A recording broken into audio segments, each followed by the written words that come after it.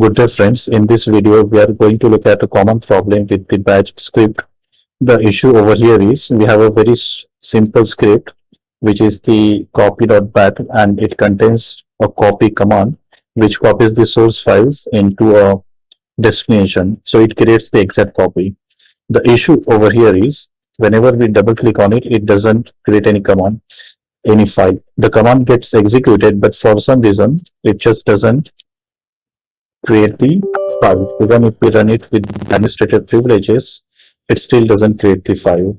So what is the issue? The issue over here is we created this file, this copy.bat file using the notepad++, which is the non-default text editor. What happens here is it uses the encoding of UTF as UTF-8 and the batch script doesn't recognize the UTF-8 and hence it passes the command and doesn't produce any file. So what we need to do is to resolve this issue is edit this file with the normal notepad editor.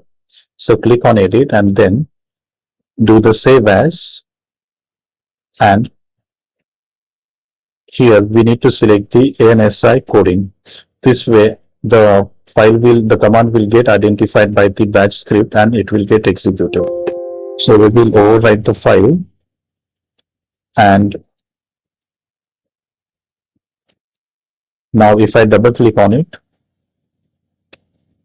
it has now created the destination files successfully. So the main issue over here is the format of the encoding and not with the command.